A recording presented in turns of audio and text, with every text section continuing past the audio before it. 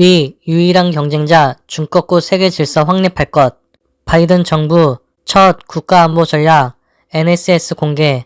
중 러와 경쟁 전략 1순위. 향후 10년 결정적 시기 규정. 동맹과 세계 이익 지켜낼 것. 압도적 국방력 유지도 강조. 북 소규모 독재국가 지적. 지속적 외교로 핵 확장 억제.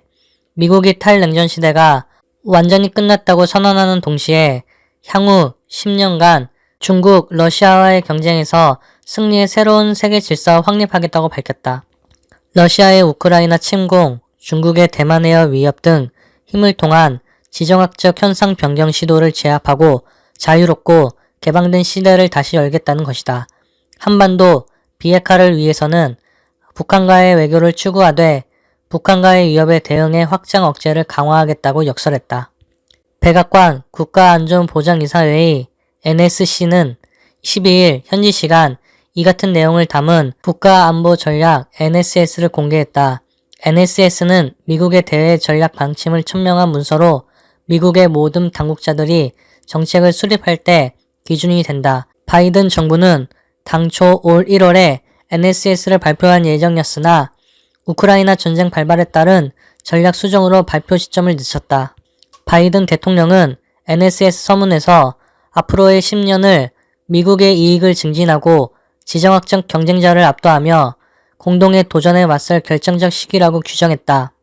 구체적으로는 미국의 전략적 도전을 두 가지로 분류했는데 하나는 중국, 러시아 등 강대국과의 경쟁이며 나머지는 기후변화, 에너지 위기, 전염병, 테러 등 세계 공통의 위협에 대처하는 것이다. NSS는 가장 시급한 전략 도전은 수정주의적 외교 정책을 표방하는 권위주의적 지배체제를 가진 국가라면서 중국 및 러시아와의 경쟁이 미국 국가안보 전략의 1순위임을 분명히 했다. 특히 중국에 대해서는 국제 질서를 재편하려는 의도와 그것을 가능하게 하는 경제적, 외교적, 군사적, 기술적 힘을 가진 유일한 경쟁자라고 평가하면서 베이징은 인도태평양에서 영향력 확대를 꾀하고 세계 최고 패권 국가가 되겠다는 야망을 가졌다고 분석했다. 러시아와 관련해서는 국제 질서를 무시한 잔혹한 침략 전쟁을 벌였다고 비판하면서도 미국의 경쟁자로서 중국을 뛰어넘는 위협은 아니라고 평가했다. NSS는 블라디미르 푸틴 대통령의 야욕을 주로 문제 삼으면서 러시아 정부의 전략적 오산에도 불구하고 국제 정세에 다시 한번 건설적인 역할을 할 수 있는 강대국으로서 러시아의 미래를 결정할 주체는 러시아 국민이라고 밝혔다. 이어 미국은 이들과의 전쟁에서 승리하기 위해 미국 내 투자하고 동맹과 연합하며 강한 군대를 유지할 것임을 강조했다. NSS는 특히 현대화되고 첨단화된 강한 미군이 동맹과 세계의 이익을 지켜낼 것이라면서 미국이 중국과 러시아를 압도할 국방력을 유지할 것이라는 점을 분명히 했다. 북한에 대해서는 불법적인 핵무기 및 미사일 프로그램을 계속 확장하고 있다면서 이란과 함께 공격적이고 불안정한 방식으로 행동하는 소규모 독재 국가라고 지적했다. 다만 북한과 지속적인 외교를 추구할 것이라며 한반도와 완전한 비핵화를 향한 가시적 진전을 이루려는 한편 북한의 대량 살상 무기와 미사일 위협에 대응해 확장 억제력을 강화할 것이라고 했다. 미 정치 전문 매체 폴리티코는 바이든 정부의 NSS가 도널드 트럼프, 버락 오바마 전 행정부의 국가안보 전략과 사실상 같은 기조를 유지하고 있다고 분석했다. 정권을 떠나 미국의 국가안보 전략 방향은 분명하다는 것이다. 바이든 대통령은 10년 후 미국의 승리를 자신하며 전 세계 국가들은 다시 한번 미국에 반해 베팅하는 것이 좋은 일이 아니라는 점을 목격하고 있다고 밝혔다. 미국의 무너지는 중반도체 굴기, 기술 전쟁 한창인데 장수마저 내쳐 시진핑 장기 집권, 중국은 어디로, 2021년 반도체 작업률도 16.7%에 그쳐 2025년 70% 목표 달성 어려울 듯. 시진핑 중국 국가주석이 관리를 깨고 사념이 나서는 이유로 중국 공산당은 전쟁 중에 장소를 바꾸지 않는다는 논리를 든다. 중국은 과거 외부의 위협이 커질 때 한 사람에게 권력을 몰아주는 전통이 있었다는 이유도 제시한다. 미, 중, 신냉전의 최전선에는 기술 패권 경쟁이 있다. 그 중에서 반도체는 핵심으로 꼽힌다. 중국이 미국마저 앞섰다고 평가받는 인공지능 AI도 실상은 미국 반도체 기술을 기반으로 한다. 미국은 설계, 장비, 응용 등 반도체 공급 사슬의 핵심 길목에서 중국의 목줄을 죄고 있다. 중국도 수십조 원 규모의 반도체 투자 기금을 조성하는 등으로 대응하고 있지만 향후 수년은 마땅한 대안이 없다는 게 대체적인 분석이다. 중국은 2014년 반도체 산업 발전 추진 전략을 발표하면서 육성 의지를 본격적으로 드러냈다.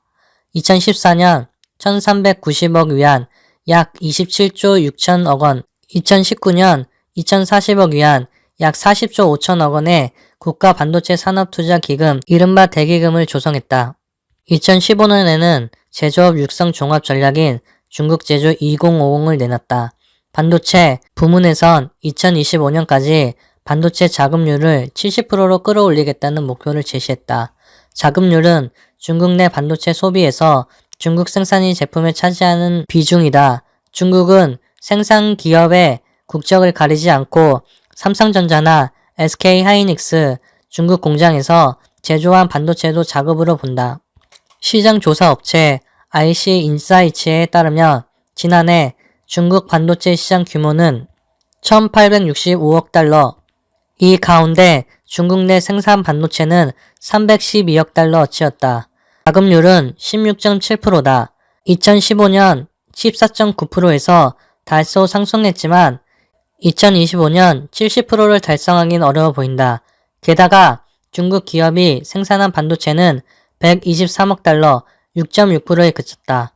중국 정부는 IC인사이츠의 자료에 정확하지 않다고 하면서도 공식 데이터는 내놓지 않고 있다. 중국은 1기 대기금을 주로 제조 부분에 쏟아부었다. 중국 최대 파운드리 반도체 수탁 생산 기업인 중芯거지, SMIC, 낸드플래시와 D램에서 각각 가시적 성과를 내고 있는 창장춘추, YMTC와 창친춘추, CXMT 등이 대기금 투자를 받고 성장했다. 하지만 대기금 1기는 실패도 많았다. 대기금과 지방정부로부터 수조 원대 자금을 유치한 우한홍신, 취안신 IC, 난징 더커마 등 대형 프로젝트들이 공장도 돌리지 못하고 좌초했다. 막대한 보조금을 노린 사기꾼들이 판치는 가운데 정부의 조급증까지 더해진 결과로 분석된다. 중국 당국은 대기금 2기에선 선택과 집중을 강화했다. 1위 파운드리 중심거지와 유망 장비업체 중심으로 투자 대상을 좁혔다. 하지만 지나치게 신중하게 접근한 탓에 조성 3년이 지났는데도 자금 집행률이 여전히 60% 수준에 머물고 있다는 것으로 전해졌다. 게다가 중국 지도부가 최근 대기금 관련 핵심 간부들을 잇따라 부패 및 기율 위반 혐의로 조사에 착수하면서 중국 반도체 업계는 더욱 위축되고 있다. 대기금의 딩원우 총재 등 간부들이 파면된 데 이어 산업정책 총괄하는 하오야칭 농업정부화부 장관까지 낙마했다. 정부의 지원 기조 아래 우후죽순처럼 생겨났던 중국 반도체 스타트업들은 이제 무더기 폐업의 길을 걷고 있다.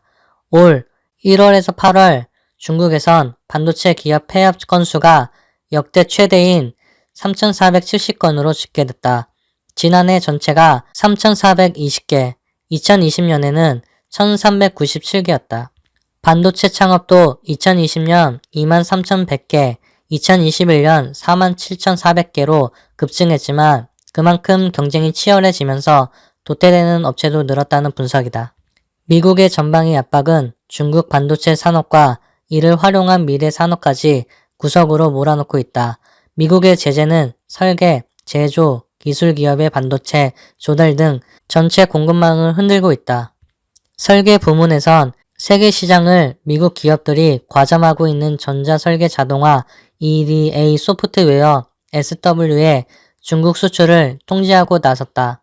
EDA는 반도체 칩 자체의 구조와 기능부터 생산 방식, 검증까지의 전체 과정을 설계할 때 쓰는 SW다. 중국의 화웨이나 알리바바 등은 5나노미터, 10억 분의 1미터급 반도체 설계 역량을 갖췄지만 EDA는 시냅시스와 케이던스, 지멘스의 미국 소재 계열사 멘토 그래픽스를 쓴다. 화웨이는 미국 제재가 확정된 2020년 9월부터 미국산 EDA를 쓰지 못하게 되면서 스마트폰 사업을 사실상 접었다. 미국은 최근 3나노미터급 반도체 설계용 EDA의 중국 수출을 통제 리스트에 올렸다. 미국은 또 18나노미터 이하 D램, 128단 이상 낸드플래시, 14나노미터 이하 시스템 반도체를 생산하는 중국 기업에 대한 반도체 장비를 수출을 금지했다. 중국의 주력 파운드리인 SMIC는 이미 미국의 개입으로 네덜란드 ASML로부터 7나노미터 이하 시스템 반도체 제조에 필수인 극좌회선 노광 장비 EUV 도입이 맡긴 상태다. SMIC는 물론 화홍, 넥스칩 등 중국 파운드리는 구형 반도체밖에 생산할 수 없는 처지에 몰렸다. 시장 조사 업체 트렌드포스에 따르면 SMIC, 화홍, 넥스칩 3사의 합산 글로벌 시장 점유율은 올 1분기 10.2%로 사상 처음으로 10%를 넘어섰다. 2분기에는 10.1%로 소폭 하락했다. 미국의 규제 효과가 본격적으로 나타나면 중국의 점유율이 다시 떨어질 전망이다. 미국은 AI, 슈퍼컴퓨터 등에 들어가는 첨단 반도체도 수출 제한 조치를 부과했다. 이 조치로 자율주행, 클라우드 등도 핵심 칩을 구현하지 못해 성장이 멈출 전망이다. 중국 기업들이 미국 엔비디아 등의 그래픽 처리 장치 GPU와 구동 SW를 기반으로 기술을 개발해왔기 때문에 해당 GPU와 SW를 쓰지 못하게 되면 기술 수준이 오히려 퇴보할 수 있다는 관측도 나온다. 중국은 신생 기업들의 희망을 걸고 있다. AI용 그래픽 처리 장치 GPU에선 상하이 비런테크, 반도체 장비에선 베이팡 화창과 상하이 중웨이 등이 기대주로 꼽힌다. 하지만 해당 기업들도 미국 경쟁사들과의 기술적 격차가 수년 벌어져 있다고 인정한다. 러 안보회의 우크라이나 나토 가입하면 3차 세계대전. 서울 뉴시스 신정원 기자. 러시아 안보회의 RSC 고위 관계자는 13일 현지 시간 우크라이나가 북대서양 조약기구 나토에 가입할 경우 3차 세계대전으로 이어질 수 있다고 경고했다. 알렉산드르 베네덱토프 러시아 안보회의 부장관은 이날 타스 통신 인터뷰에서 우크라이나의 나토 가입은 3차 세계대전으로 이어질 수 있으며 나토 스스로도 이것을 이해하고 있다고 말했다. 그는 우크라이나 나토 가입을 신청한 것은 관심을 끌기 위한 선정용이라고 주장했다. 그는 우크라이나는 그러한 조치가 3차 세계대전으로의 확전을 의미한다는 것을 잘 알고 있다며 그들이 기대하는 건 정부 소음을 만들고 다시 한번 관심을 끄는 것이라고 말했다. 이어 그러나 우크라이나 정권의 많은 이들이 현실과 동떨어져 있다는 것을 감안할 때 일부 사람들이 정말로 나토 가입을 기대한다고 해도 놀랍지 않을 것이라고 했다. 베네딕토프 부장관은 또 서방은 우크라이나 사태와 관련이 없다고 주장하지만 그들이 보인 실제 행동은 분쟁의 직접적인 당사자라는 것을 보여준다고 비난했다. 그러면서 우크라이나가 나토에 가입하면 나토 헌장 5조 집단 방위 조약에 따라 자동적으로 서방이 개입하게 된다며 나토 회원국들은 그것이 자살 행위라는 것을 이해하고 있다고 말했다. 그는 미국과 유럽연합, EU이 우크라이나를 계속 지옥으로 몰아넣고 있다는 주장도 펼쳤다. 이어 마지막으로 어쨌든 러시아의 입장은 변함이 없다. 우크라이나가 나토나 미국이 주도하는 동맹에 가입하는 것은 용납할 수 없다고 강조했다.